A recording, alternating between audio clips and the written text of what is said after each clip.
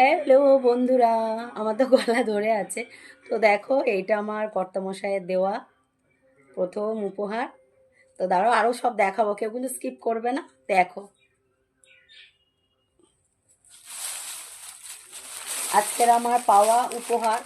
এই যে কালকে শিবরাত্রি করব, এই যে একটা শাড়ি আছে, দাঁড়াও আরও আছে। এই যে এই একটা শাড়ি, দেখো কালারটা কত সুন্দর হয়েছে, আমার জন্য পছন্দ করে নিয়ে আসছে। দেখো কেমন হয়েছে কালারটা, আমার তো খুব পছন্দ হয়েছে শাড়িটা। একটা শাড়ি নিয়ে এসছে।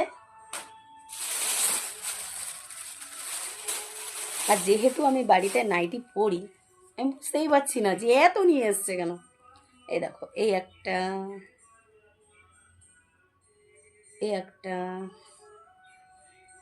এটা একটা, আর এটা একটা। আমার চারটেই কালার ভীষণ পছন্দ হয়েছে, চারটেই খুব সুন্দর। আর শাড়ি দুটোও খুব সুন্দর লেগেছে, খুব ভালো লেগেছে।